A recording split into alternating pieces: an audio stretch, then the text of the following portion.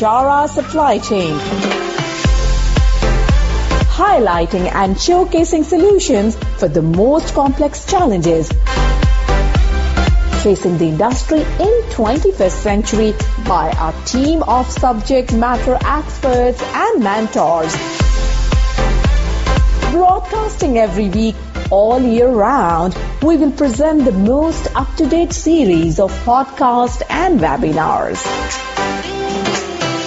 Hello and welcome to another episode of Bicara Supply Chain. This is Nurhadi, your host, and we got now Julien Brun. He is a currently managing partner at CEL Consulting, co-founder of Vietnam Supply Chain, and also board member of the French Chamber of Commerce and Industry in Vietnam. And Julien is living in Vietnam and Singapore. So please welcome to the show, Julien. Thanks for coming.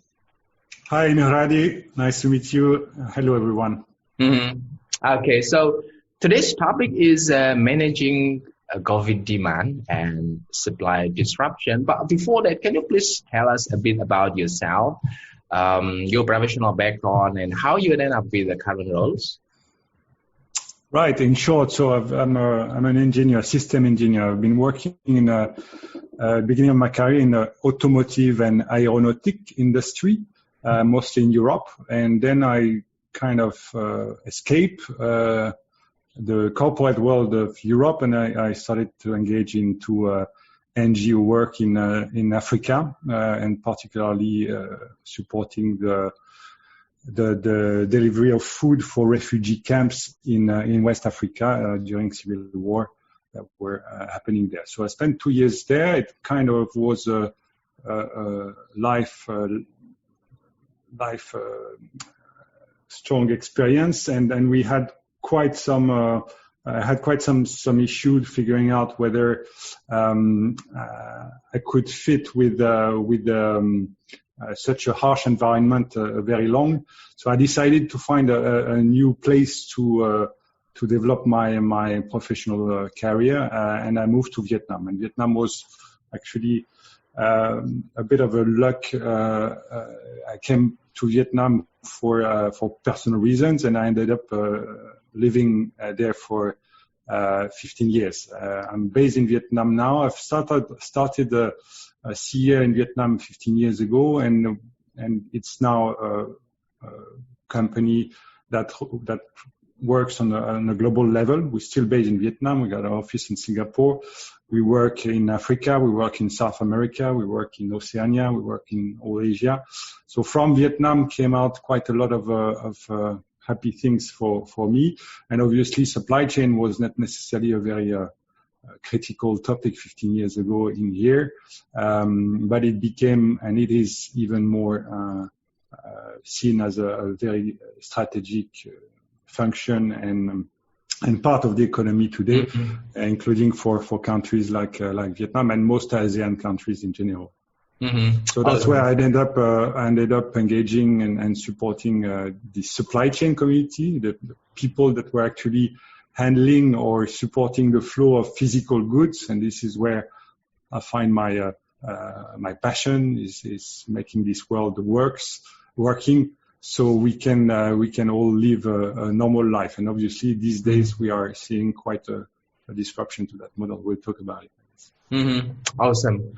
So I wanted to start this discussion by asking you about the COVID-19, where most managers know that they should protect the supply chain from this costly and serious disruption in terms of demand and supply. So can you please tell us what disruption are being seen in the various sectors of industry, and what are the difficulties companies are currently facing now, Julien? Well, things progress fast and pretty differently as we initially thought it would. Mm-hmm. Today, two months ago only was, this Corona crisis was a Chinese problem, was a Wuhan problem particularly. And we saw Chinese supply stopped mostly. We realized globally how much we were dependent on China's supply. Mm-hmm. and all industry included, pharma, electronics, textile, furniture, every industry had supply connection to China. So it became quickly a global concern. But today, 2 months later, it's another story.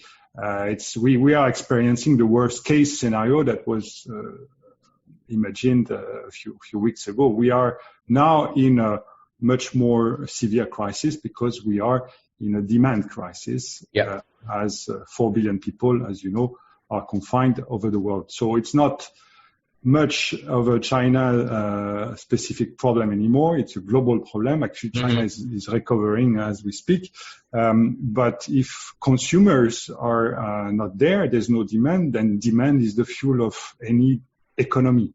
So without the consumers, there's no workers, and without the workers, there's no salary, there's no way to consume, and the loop is broken. So all businesses, all industries are completely shaken up. There are a few lucky ones, and it doesn't mean that they are not being challenged. But you know, the pharma industry seems to be pretty safe these days. We have FMCG and hygiene products, specific categories that are doing very well. Last mile delivery, when people need to be delivered home, this is obviously something that is boosting these days. But beyond those few lucky ones, everything is every single company is seeing a significant drop in demand. We've done a survey recently on Vietnam and other part of the ASEAN region. Depending on the category of the industry we're talking about, the loss for quarter one only, the average loss of sales of businesses in multiple industry is a minimum of 25%. So 25% for the first 3 months of the year, knowing that the first 2 were okay. It means that the coming quarter will be even more tough. So there are people that have seen these coming. There's a lag for certain industry, but the textile, the furniture, the electronic industry, automotive industry, the logistics, this is where jobs are over the world, not only in Asia, not only in the West, everywhere. These industries create jobs, and this is these particular industries that are today completely affected. So no demand in this industry, and a lot of layoffs are actually happening. Layoffs are happening in this industry as we speak. Hundreds of thousands of people. It's a massive thing, and US has recorded the highest unemployment rate for decades just a few weeks ago, and it will follow upstream to the real estate sector, which is already shaken, construction, which also employs millions of people. Of course, airline and shipping line. Airlines are particularly affected, but shipping line will see trouble, and there could be failures of massive companies in the transport industries because there's not enough business to run the company. And behind the farmers, the fishermen, the people that feeds us also. So there'll be a massive impact for everyone. It is already happening. What I'd like to insist on also is the weakest among us are the one who are already suffering as we speak today. Some will be having enough cash to keep up for a few months, but the one who are the people that live on a daily wage in the streets of Manila, of Lagos, of Buenos Aires, these people depend on what's happening in the street, how they can survive in the streets, and that these people are deeply affected today. And it's important to remind us that supply chain is and business is going to shake, of course. But today there are already a lot of people suffering, and poverty will hit hard everywhere. Mm-hmm. So yes, it's not a very bright type of landscape. It's pretty chaotic because this slow demand, this erratic supplies with problems of transport, with problem of capacity and there.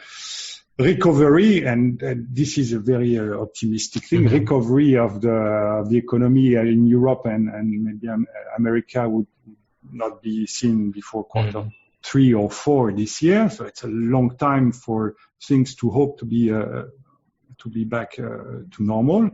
Asia maybe earlier, but Asia depends so much on exports to the West that early recovery is good, but there's still a lack of demand in the West, and this is very important for a lot of countries to continue trading with countries like US.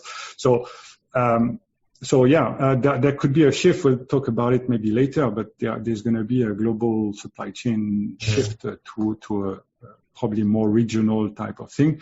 We'll see also at the recovery stage, we'll talk about that later, but that Europe and US and China and a lot of more mature economies will shift from a global dependency of supplies to a more local production. Yeah. This is going to happen. So exports will definitely not recover as they were before. That's where I would see the perspective of today. Mm-hmm.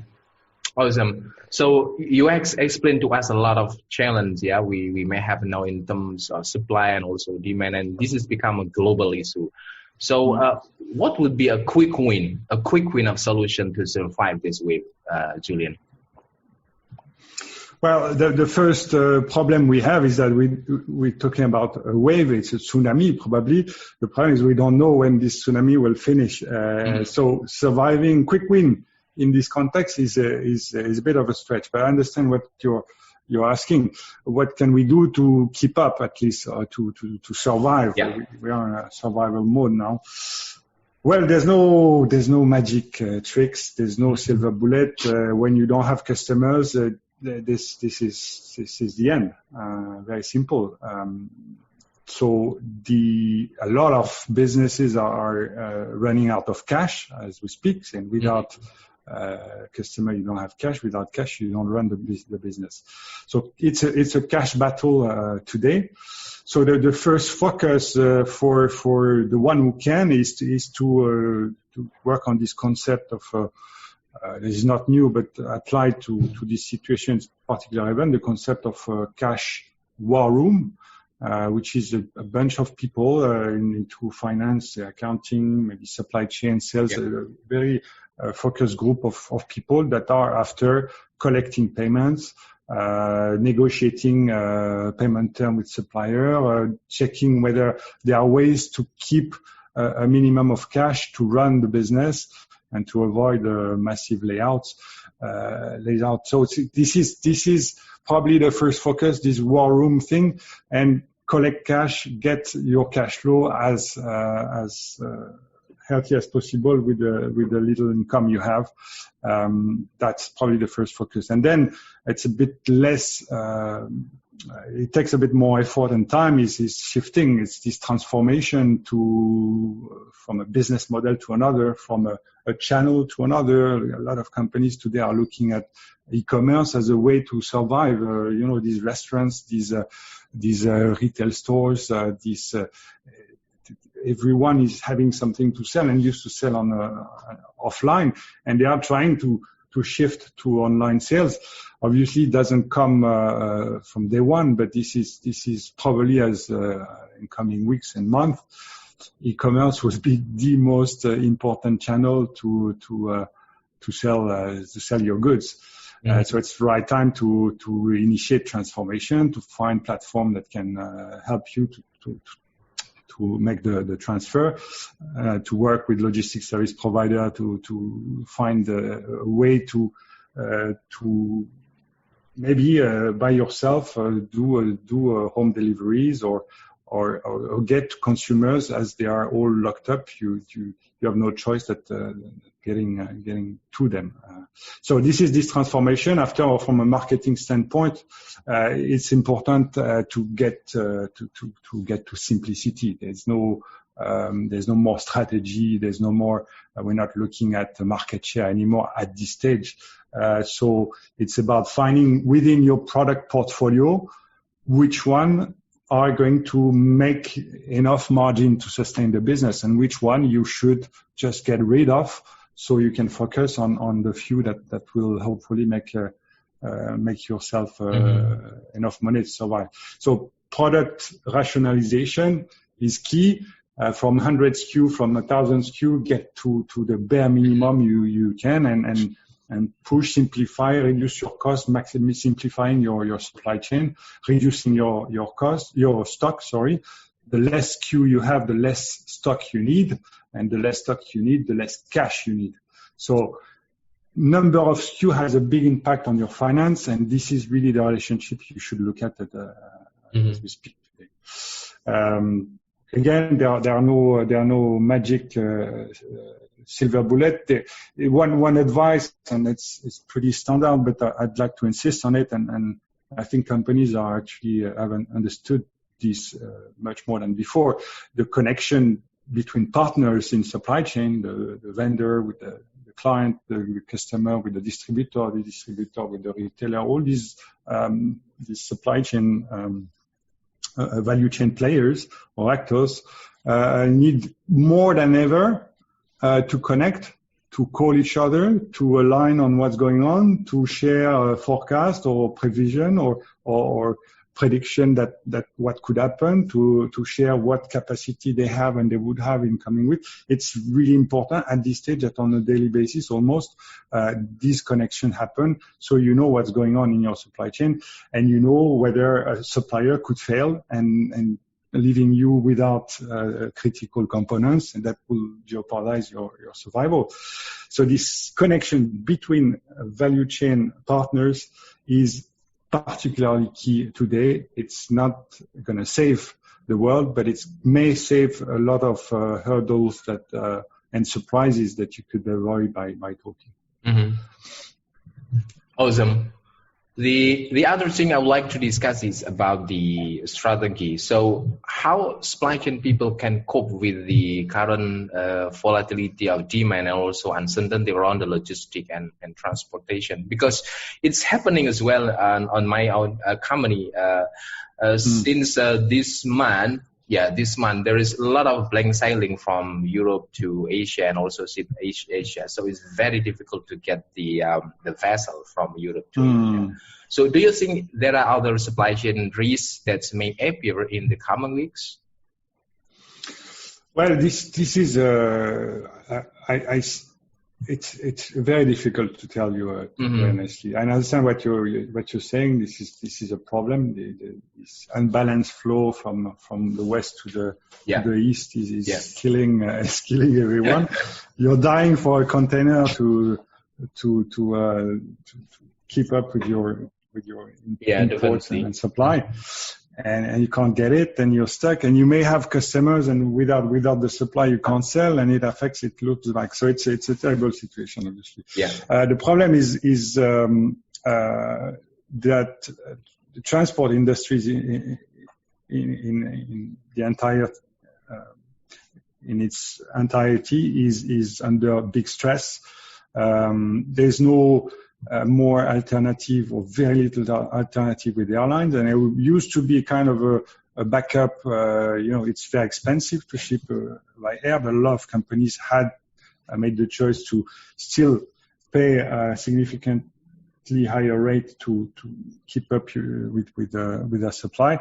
Obviously, it's not possible anymore. Airlines are dying, and shipping lines, even though they've made it till there could be a significant failure, and it happened in the past with a massive shipping line that failed a few years ago, Korea, that shaken the whole shipping industry and logistics industry.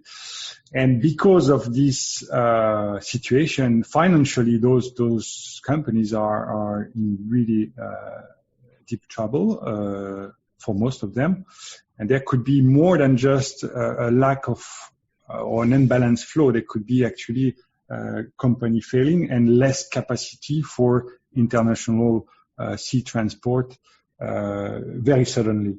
So I don't expect any any recovery or any stabilization in the shipping, international shipping transport industry. So I would definitely expect more uncertainty there, or more delays, or more difficulty to actually book your shipments for between, possibly on the longer distances. Yeah. And you have also so in short, what can you do with it? I'm sorry, there's no solution than other than the sea or the air. For this type of international transport, if the air is stuck and if the sea is starting to fail, well, we'll have to cope with what you can find domestically, which is not necessarily a problem for some countries which have food and the basic things available fairly closely, where other markets are highly dependent on imports. And I'm thinking of Nigeria, a country that I've been working recently. This is an economy that relies on gas and export of petrol, and on not much else.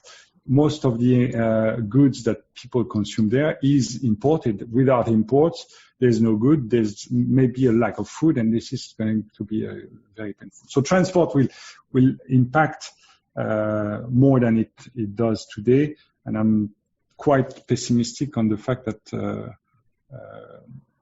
some companies, large companies, could fail there and even further disrupt international trade. Mm-hmm. Yeah. This is another impact of the COVID-19, Julien, that you probably know that many companies they apply the work from home policy. So how actually is it to run the operation with a large part of supply chain where team lock at home? Well, first, very good question, but the problem, the real problem of supply chain is you can't run it from home. That's a reality. There's no purely yet automatized or robotic supply chain that auto adjust itself, auto move, auto transfer, no, we're not there. Maybe in 50 years. Today you need people to move stuff, to produce stuff, and unfortunately the people that actually feed us and keep us safe at home with the basic needs we have is our people that are producing, moving, transporting, handling the goods that we have at home on a daily basis. So without those people on the floor, nothing happens. So people running supply chain from home are mostly the people that coordinate or manage flows, but the real value is actually on the real floor. And I think it's an opportunity to recognize, these drivers that take more risk than most, or these forklift or picker in the warehouse that are much more exposed than most of us that are at home, and still keep the economy afloat. So this is thanks to those people that we are today still feeding ourselves and keeping up with daily life. So it's the first thing. Now, how to work from home is something I'm actually very honestly learning myself as we speak. This is a new way to interact with people. This is but I feel that we are into a period where we're all learning how to adapt this remote work, and we'll find efficiency in our communication. We'll find ways to use more technology to coordinate ourselves, maybe a bit less email, maybe a bit more modern tools to track tasks or issues or complaints and things that we need to integrate. We talked about digitalization for now a few years. It used to be a big buzzword. Now I think the fancy things in supply chain would be put on hold for a while, and will need more focus in coming months to how to coordinate people in task management, in coordination, in communication, particularly as we are far from each other. So we won't see that much those fancy virtual twin, data science, supply to supply chain, all these crazy and very exciting things, but we'll get back to quite basic aspects for a while. How to work from home and coordinate operations. This is obviously the challenge we're all facing today. But it's not easy, and people are disrupted. Companies are disrupted. Mm-hmm. Just a final word, maybe to close the perspective, maybe a bit more broader perspective from Asia. It seems, as I said before, that the West is going to close for quite some months. Asia will recover before. So there'll be within Asia and probably within the West later a reshaping of trade relationship. And it could be that Indonesia deals much more with its local partner in Asia. China focuses probably more on also Asian trade partners, and that will bring a more regional focus to supply chain, and we'll probably talk more about regional supply chain than global supply chains in the future. So it's exciting. It's actually quite scary. We're all in this together, and I think solidarity is everything.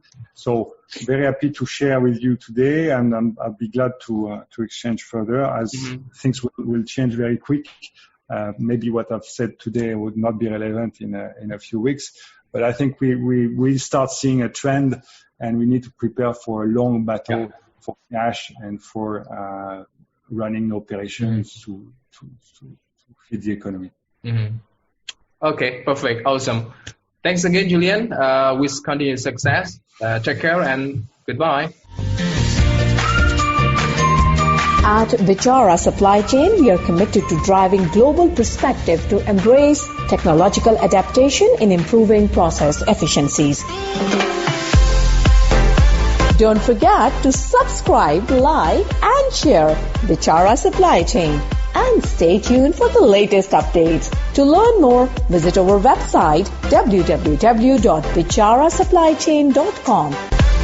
Thank you for listening to us. We look forward to seeing you at our next episode.